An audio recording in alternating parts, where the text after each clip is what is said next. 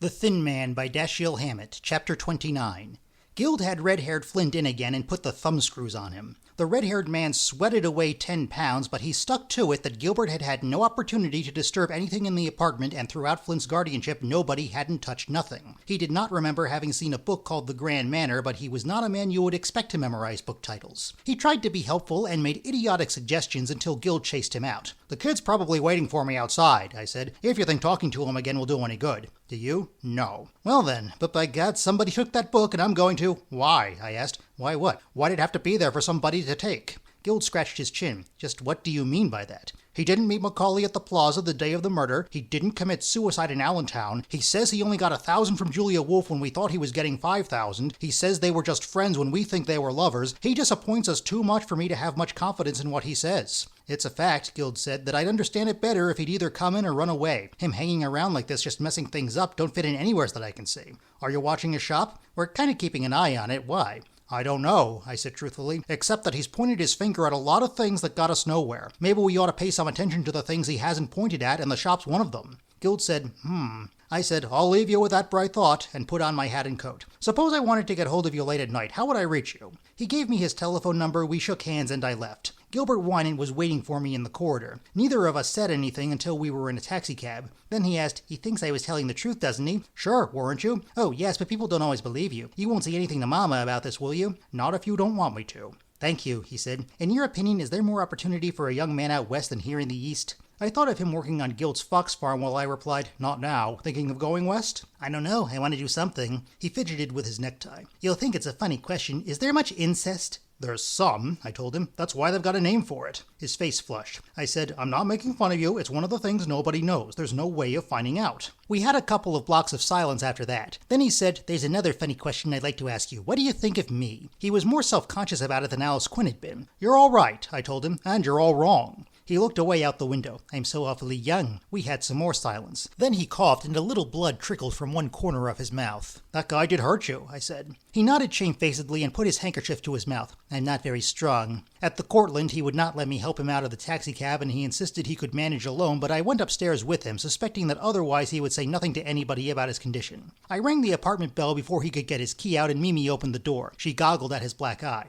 I said, "He's hurt. Get him to bed and get him a doctor." "What happened?" "Winant sent him into something." "Into what?" "Never mind that until we get him fixed up." "But Clyde was here," she said. "That's why I phoned you." "What?" "He was." She nodded vigorously. "And he asked where Gil was. He was here for an hour or more. He hasn't been gone 10 minutes. "All right, let's get him to bed." Gilbert stubbornly insisted that he needed no help, so I left him in the bedroom with his mother and went out to the telephone. "Any calls?" I asked Nora when I had her on the line. "Yes, sir. Mrs. Macaulay and Guild want you to phone them, and Miss Dams, Jorgensen, and Quinn want you to phone them. No children so far." "When did Guild call?" "About 5 minutes ago. Mind eating alone? Larry asked me to go see the new Osgood Perkins show with him." "Go ahead. See you later." I called up Herbert Macaulay. "The date's off," he told me. "I heard from our friend and he's up to God knows what. Listen, Charles, I'm going to the police. I've had enough of it." "I guess there's nothing else to do now," I said. "I was thinking about telephoning some policeman myself. I'm at Mimi's. He was here a few minutes ago. I just missed him." "What was he doing there?" "I'm going to try to find out now." "Were you serious about phoning the police?" "Sure." "Then suppose you do that and I'll come on over." "Right, be seeing you." I called up Guild.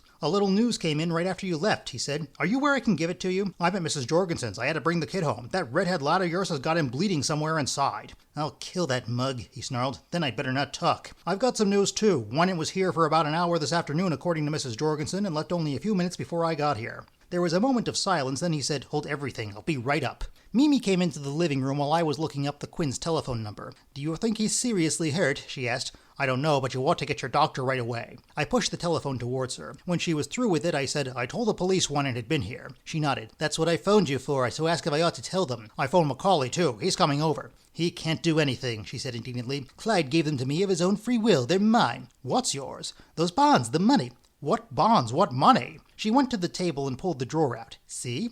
Inside were 3 packages of bonds held together by thick rubber bands. Across the top of them lay a pink check on the Park Avenue Trust Company to the order of Mimi Jorgensen for $10,000, signed Clyde Miller Winant and dated January 3rd, 1933. "Dated 5 days ahead," I said. "What kind of nonsense is that?" He said he hadn't that much in his account and might not be able to make a deposit for a couple of days. "There's going to be hell about this," I warned her. "I hope you're ready for it." "I don't see why," she protested. "I don't see why my husband, my former husband, can't provide for me and his children if he wants to." Cut it out. What'd you sell him? Sell him? Uh-huh. What'd you promise to do in the next few days or he fixes it so the check's no good? She made an impatient face. Really, Nick, I think you're a half-wit sometimes with your silly suspicions. I'm studying to be one. 3 more lessons and I get my diploma. But remember, I warned you yesterday that you'll probably wind up and... Stop it, she cried. She put a hand over my mouth. Do you have to keep saying that? You know it terrifies me, and her voice became soft and wheedling. You must know what I'm going through these days, Nick. Can't you be a little kinder? Don't worry about me, I said. Worry about the police. I went back to the telephone and called up Alice Quinn. This is Nick. Nora said you... Yes, have you seen Harrison? Not since I left him with you. Well, if you do, you won't say anything about what I said last night, will you? I didn't mean it. Really, I didn't mean a word of it. I didn't think you did, I assured her, and I wouldn't say anything about it anyway. How's he feeling today? He's gone, she said.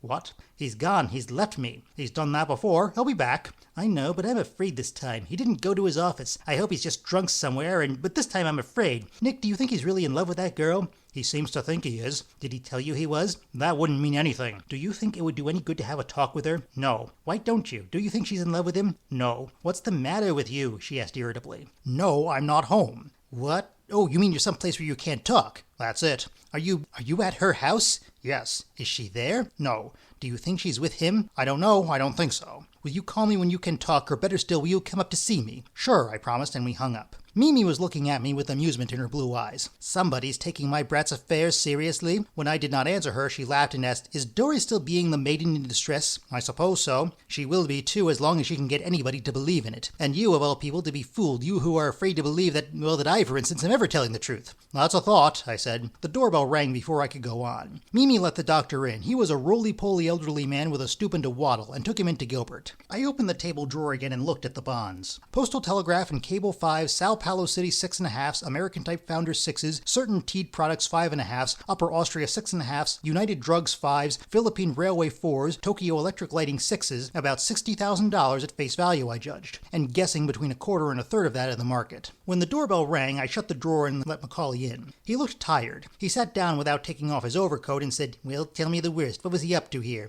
I don't know yet, except that he gave Mimi some bonds and a check. I know that. He fumbled in his pocket and gave me a letter. Dear Herbert, I am today giving Mrs. Mimi Jorgensen the securities listed below and a $10,000 check on the Park Avenue Trust dated January 3rd. Please arrange to have sufficient money there on that date to cover it. I would suggest that you sell some more of the public utility bonds, but use your own judgment. I find that I cannot spend any more time in New York at present and probably will not be able to get back here for several months, but will communicate with you from time to time. I am sorry I will not be able to wait over to see you and Charles tonight. Yours truly, Clyde Miller Wynant. Under the sprawling signature was a list of the bonds. How'd it come to you? I asked. By messenger. What do you suppose he was paying her for? I shook my head. I tried to find out. She said he was providing for her and her children. That's likely as that she tell the truth. About these bonds? I asked. I thought you had all his property in your hands. I thought so too, but I didn't have these. Didn't know he had them. He put his elbows on his knees, his head in his hands. If all the things I don't know were laid end to end...